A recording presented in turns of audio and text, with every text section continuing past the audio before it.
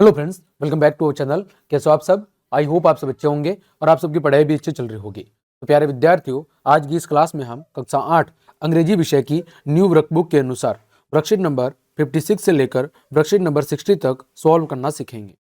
बाकी आपकी हिंदी और गणित विषय की वर्कबुक की क्लासेस भी चल रही है, उन सभी के लिंक वीडियो के डिस्क्रिप्शन में है। वहां जाकर आप उन सभी क्लासेस को आराम से देख सकते हैं। देखें, वर्कशीट नंबर 56 में क्या सीखेंगे? कंपेटेंसी यानी कि दक्षता। क्या होता है? दक्षता। Listens to short phrases, commands, dictation and response appropriately, यानी कि छोटे छोटे उपवाक्यों को सुनना, कमांड्स यानी आदेश को सुनना, डिक्टेशंस का मतलब होता है निर्देश, उनको सुनना और उसके आधार पर उचित तरीके से जवाब दे पाना। Your teacher will dictate some words, आपके अध्यापक आपको कुछ शब्द बताएंगे, and sentences related to election in your village or block district, कि आपके गांव या जिले के अंदर जो चुनाव हो रहे हैं उससे संबंधित आपके अध्यापक आपको कुछ शब्द और कुछ वाक्य दर्शाएंगे। लिसन केयरफुली, आपको उनको अच्छे से सुनना है, and right in given spaces, और इस खाली जगह के अंदर लिखना है। देखें, टॉपिक क्या है? Elections in my village or block district, मेरे गांव अथवा जिले के अंदर चुनाव। और चुनाव में देखो, चुनाव से रिलेटेड शब्द कौन कौन से होते हैं? जैसे पार्टीज, अलग अलग पार्टीज होती है, जैसे बीजेपी, कांग्रेस, सपा, है ना, आम जनता पार्टी। तो ये क्या है? अलग अलग पॉलिटिकल पार्टीज हैं। इसी तरह पोलिंग बूथ होते हैं। जब चुनाव होते हैं तो आपने देखा होगा स्कूल के अंदर अलग अलग बूथ बनते हैं जहां पर वोटिंग होती है। पोलिंग ऑफिसर्स, जो चुनाव कराने के लिए सरकारी कर्मचारी आते हैं, जो ऑफिसर्स आते हैं, उन्हें कहते हैं पोलिंग ऑफिसर्स। पुलिसमैन, सुरक्षा के लिए पुलिस लगती है। वुमेन का मतलब औरतें होता है, मैन का मतलब आदमी होता है। आपने देखा होगा हाथ पर एक इंक लगाई जाती है, फिर वोटर स्लिप होती है, सभी को एक एक स्लिप पकड़ाई जाती है। कैंडिडेट लिस्ट, जहां पर वोट डालने जाते हैं वहां पर जो मशीन होती है उसके ऊपर कैंडिडेट की एक लिस्ट लगी होती है, और बाहर जो व्यक्ति बैठा होता है उसके पास एक वोटर लिस्ट होती है। वो चेक करता है कि जो व्यक्ति वोट देने जा रहा है क्या उसका नाम वोटर लिस्ट में है अथवा नहीं है। अब देखें, sentences about election in your village or block district, आपके गांव या जिले के अंदर जो चुनाव हो रहे हैं उस पर आधारित कुछ वाक्य लिखने हैं। देखिए, सबसे पहला वाक्य, an election is an important role for a democratic country, एक लोकतांत्रिक देश के लिए जो चुनाव है वो एक महत्वपूर्ण भूमिका निभाते हैं। During election I went to polling station, चुनाव के दौरान हम कहां पर जाते हैं? पोलिंग स्टेशन या पोलिंग बूथ पर जाते हैं, जहां पर चुनाव देने की प्रक्रिया संपादित की जाती है। There were two polling parties, हमारे यहाँ पर चुनाव के अंदर कितनी पार्टियां थी? 2 पोलिंग पार्टियां थी। फोर्थ है, there were 3 symbols on the machine including NOTA, जो वोट डालने की मशीन होती है उस पर 3 सिंबल बने हुए थे, 2 तो पोलिंग पार्टी के और एक नोटा बटन, यानी उनमें से किसी को अगर आप वोट नहीं देना चाहते तो नोटा बटन दबाएंगे। फिफ्थ क्वेश्चन है, सॉरी फिफ्थ सेंटेंस है, voters voted through electronic voting machine, आजकल जो वोट होते हैं वो इलेक्ट्रॉनिक वोटिंग मशीन, यानी कि आपकी जो एक मशीन होती है, जो आपके मशीन लगी होती है, उस मशीन पर वोटिंग होती है। अब पर्ची वाला सिस्टम नहीं होता है, ठीक है। मशीन पर आपको बटन दबाना होता है, जिस प्रतिभागी को आप वोट देना चाहते हैं उसके नाम या सिंबल के आगे आपको बटन दबाना होता है। छठा है, people have to elect one parties, जो लोग वोट देने जाते हैं उनको जितनी पार्टियां चुनाव में भाग ले रही है उनमें से किसी एक पार्टी को चुनना होता है। The voters will put their choice in the ballot box, ठीक है, या कह सकते हैं आपके ईवीएम, कि जो वोटर्स होते हैं वो अपनी इच्छा के अनुसार अपनी जो राय है वो इस ईवीएम अथवा आपके बैलेट बॉक्स पर देते हैं। An indelible ink mark was put on my left finger, और जब मैं वोट देके हम आते हैं तो हमारे बाएं हाथ की अंगुली पर क्या करते हैं? एक इंक लगाई जाती है जो कई दिनों तक मिटती भी नहीं है ना। तो ये इलेक्शन से संबंधित कुछ बातें हो गई। आगे बात करें वर्कशीट नंबर 57 की। Rights simple sentences based on a picture, चित्र आधारित कुछ आपको साधारण वाक्यों का निर्माण करना है या साधारण छोटे छोटे वाक्य लिखने हैं। Look at the picture below, नीचे दिए गए चित्र को देखिए, and form 4 questions about the picture, और चित्र से संबंधित 4 प्रश्नों का निर्माण करना है। You can take help from the keywords given as hints, नीचे हिंट के रूप में जो शब्द दिए गए हैं उनकी मदद आप ले सकते हैं। Ask this questions to your friends, अपने मित्र से ये प्रश्न पूछने हैं, एंड राइट देयर रेस्पॉन्सेज, और उसके जवाब या उत्तर को आपको उत्तर के रूप में लिखना है। तो देखिए, यहाँ पर एक चित्र दिया हुआ है, हिंट के रूप में कुछ शब्द दिए हुए हैं, जैसे हाउ मैनी का मतलब होता है कितने, व्हाट का मतलब क्या, हु का मतलब कौन, वेयर का मतलब कहाँ। अब देखो प्रश्न क्या है।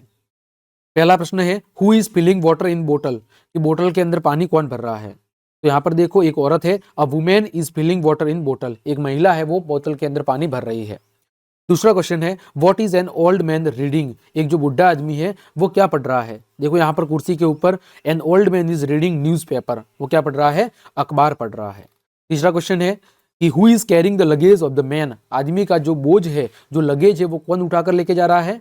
तो the porter is carrying luggage of man, कि जो कुल्ली है वो उस व्यक्ति का सामान उठाकर जा रहा है।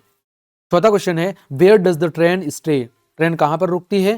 तो the train stays on the track on the platform, platform के ऊपर जो अलग अलग ट्रैक बने होते हैं वहां पर ट्रेन रुकती है।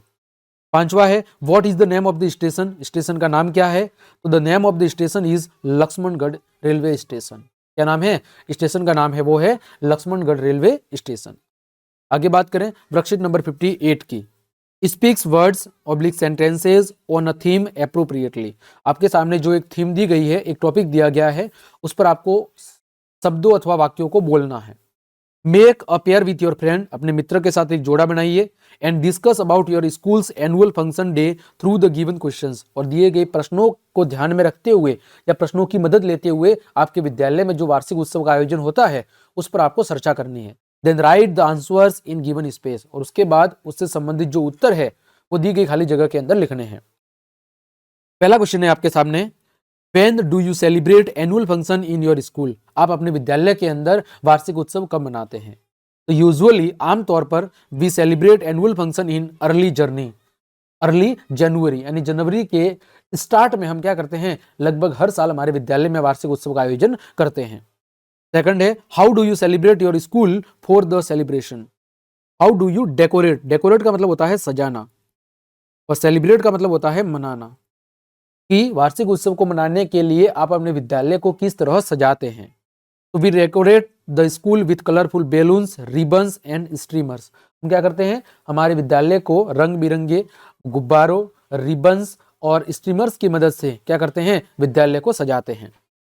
थर्ड है what kind of events are held that day, उस दिन विद्यालय के अंदर कौन कौन सी गतिविधियां संपादित की जाती है। इवेंट्स का मतलब होता है गतिविधियां, क्या होता है, गतिविधियां, कि उस दिन विद्यालय के अंदर कौन कौन सी गतिविधियां संपादित की जाती है। तो there are many different events including welcome speech, speech by chief guest, सबसे पहले विद्यालय के अंदर जो चीफ गेस्ट आते हैं उनके द्वारा भाषण दिया जाता है। कल्चरल प्रोग्राम, अलग अलग सांस्कृतिक कार्यक्रम होते हैं। प्राइज डिस्ट्रीब्यूशन फॉर अचीवमेंट्स, अलग अलग उपलब्धियों के लिए इनामों का वितरण किया जाता है। And at last sweet distribution, और साथ में अंत के अंदर मिठाइयों का वितरण भी किया जाता है। होता है do you participate in any event, if yes then list them, क्या आपने किसी गतिविधि के अंदर भाग लिया था, यदि हाँ तो उन्हें लिखिए। तो यस आई टूक part in various events like drama, drawing and cricket tournament, कि मैंने अलग अलग गतिविधियों के अंदर भाग लिया है, जैसे ड्रामा यानी नाटक, ड्राइंग चित्रकला और क्रिकेट टूर्नामेंट के अंदर मैंने भाग लिया था। अब हो सकता है कि एनुअल फंक्शन के दिन कहीं पर क्रिकेट मैच का आयोजन भी हो जाए, तो ऐसा जरूरी नहीं है कि नहीं हो सकता है, ठीक है, तो आप वहां पर भाग ले सकते हैं। पांचवा है what kind of food is being cooked in the MDM that day, उस दिन आपके विद्यालय के अंदर जो एमडीएम है वहां पर कौन सा भोजन बना था। तो dal bati churma and kheer cooked in the MDM that day, उस दिन हमारे विद्यालय के एमडीएम के अंदर, रसोई घर के अंदर दाल बाटी चूरमा और खीर का क्या किया था, खीर को बनाया गया था। छठा है what do the community participate in annual function day, how do the community participate in annual function day, उस दिन जो कम्युनिटी है, जो समुदाय के लोग हैं, उन्होंने किस तरह वहां पर एनुअल फंक्शन के अंदर भागीदारी की थी। तो the community participate in annual function day, donate money to the school and watch the programme and motivate the students, उस दिन कई सारे जो सामुदायिक लोग हैं या जो समुदाय के लोग हैं उन्होंने विद्यालय के एनुअल फंक्शन में भाग लिया था। कईयों ने विद्यार्थी और स्कूल के लिए पैसे भी डोनेट किए थे, विद्यालय विकास के लिए और विद्यार्थियों की हेल्प के लिए। साथ ही साथ लोगों ने प्रोग्राम देखा, विद्यार्थियों को मोटिवेट भी किया और उनकी सराहना भी की थी। ठीक है, आगे बात करें वर्कशीट नंबर 59 की, uses present continuous tense appropriately. देखिए प्रेजेंट कंटिन्यूअस टेंस का जनरल जो फॉर्मूला होता है वो क्या होता है, सब्जेक्ट होता है, फिर हेल्पिंग वर्ब के रूप में इज, आर और एम लगता है, फिर वर्ब की फर्स्ट फॉर्म आती है, उसके साथ आईएनजी आता है और आपका ऑब्जेक्ट आता है। ये किसका फॉर्मूला है? आपके प्रेजेंट कंटिन्यूअस का। किसका फॉर्मूला है? प्रेजेंट कंटिन्यूअस टेंस का। ठीक है, तो देखें यहाँ पर, change the given below verbs into their present continuous form. तो यहाँ पर प्रेजेंट कंटिन्यूअस फॉर्म का मतलब क्या है? वर्ब के साथ आईएनजी लगाना है। तो जैसे डू के साथ आईएनजी लगेगा तो डूइंग हो जाएगा, साउट के साथ आईएनजी लगेगा साउटिंग, क्लीन के साथ आईएनजी क्लीनिंग, राइज के साथ आईएनजी राइजिंग। देखो यहाँ पर ई वोवेल लगा हुआ है तो ई को हटा देंगे और आईएनजी जोड़ेंगे। स्टेयर के साथ स्टेयरिंग, तो ई हटा दिया और इसकी जगह आईएनजी लगा दिया। गो के साथ गोइंग, जंप के साथ जंपिंग, राइट के साथ राइटिंग, प्ले के साथ प्लेइंग, डेंस के साथ डेंसिंग। आगे देखो, now complete the sentences in present continuous form using verbs given above. जो ऊपर फॉर्म दी गई है उन फॉर्म का उपयोग या उन वर्ब का उपयोग करते हुए आपको क्या करना है? कुछ वाक्यों का निर्माण करना है। देखो जैसे पहला वाक्य लिखा है कि I am doing my homework, मैं अपना गृह कार्य कर रहा हूँ। My father is cleaning the plates in the kitchen, मेरे जो पापा है वो रसोई के अंदर प्लेट साफ कर रहे हैं। Ritu is going to market, Ritu बाजार जा रही है। Priya is jumping on the table, Priya table के ऊपर कूद रही है। She is writing a letter, वह एक पत्र लिख रही है। दे आर प्लेइंग फुटबॉल, वे फुटबॉल खेल रहे हैं। Anu is dancing in the room, Anu है वो रूम के अंदर डांस कर रही है। He is staring at me, वह मेरे ऊपर घूर रहा है। और कोमल इज राइजिंग हिज हैंड, कोमल अपना हाथ ऊपर उठा रही है। तो ये क्या हो गए? प्रेजेंट कंटिन्यूअस पर अलग अलग वाक्य हो गए। बात करें वर्कशीट नंबर 60 की, आइडेंटिफाइज कंजक्शंस एप्रोप्रिएटली, यानी आपको जो संयोजक शब्द है जो दो वाक्यों को आपस में जोड़ने का काम करते हैं, उन संयोजक शब्दों को अच्छे से पहचानना सीखना है और उनका उपयोग करना। देखें, right the sentences using correct conjunction, कि आपको उचित कंजक्शंस यानी संयोजक शब्दों का प्रयोग करते हुए वाक्यों को लिखना है। I want to have coffee, I want to have tea, मैं चाहता हूं कि मेरे पास कॉफी हो और चाय हो। या कह सकता हूं कि मैं कॉफी और चाय क्या करता हूं? पीना पसंद करता हूं। तो I want to have coffee and tea, मैं चाहता हूं कि मेरे पास कॉफी और चाय हो। तो यहाँ पर देखो, इस वाक्य को दोबारा पूरा न लिखने की बजाय हमने बीच में क्या लगा दिया? एंड। ठीक है, एंड क्या है? एंड आपका कंजक्शन से, यानी कि संयोजक शब्द है जो दो वाक्यों को आपस में जोड़ने का काम कर रहा है। देखो पहला, I am not happy I lost the match, मैं खुश नहीं था क्योंकि हमने मैच खो दिया था। तो लिखेंगे आई एम नॉट हैप्पी, मैं खुश नहीं था, मैं खुश नहीं हूं, बिकॉज, क्योंकि आई लॉस्ट द मैच, हमने मैच खो दिया था। सेकंड है, Ram wants to play football it is raining, Ram football खेलना चाहता है लेकिन बारिश हो रही है। तो Ram wants to play football but it is raining, तो हमने यहां पर कौन सा शब्द लगाया है? बट लगाया है। तीसरा है, Seema is going to the market, Seema बाजार जा रही है। Sapna is going to the market, Sapna बाजार जा रही है। तो इसको हम क्या लिखेंगे कि सीमा एंड सपना, सीमा और सपना दोनों बाजार जा रही है। तो Seema and Sapna are going to the market, तो यहां पर एंड हमने लगा दिया conjunction. You can eat apple, you can eat orange, तुम सेब भी खा सकते हो और तुम ऑरेंज यानी संतरा भी खा सकते हो। तो हम लिखेंगे कि you can eat an apple और एन ऑरेंज, तुम आपके सेब अथवा ऑरेंज दोनों खा सकते हो। पांचवा है, my brother is young my father is old, इसको क्या लिखेंगे कि my brother is young but my father is old, मेरा भाई वो जवान है लेकिन जो मेरे पिताजी है वो बुढ़े हो गए हैं।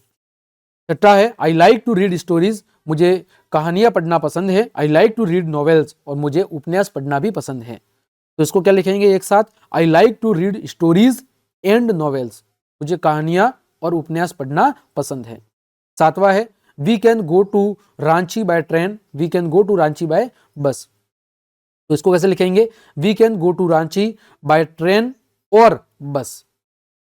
आठवां है, Simran is not feeling well, Simran played in the train yesterday, Simran है वो आज अच्छा महसूस नहीं कर रही है, सिमरन कल बारिश के अंदर खेल रही थी। तो सिमरन इज नॉट फीलिंग वेल, सिमरन अच्छा महसूस नहीं कर रही है, बिकॉज, क्योंकि, she played in the rain yesterday, क्योंकि वह कल बारिश के अंदर खेल रही थी।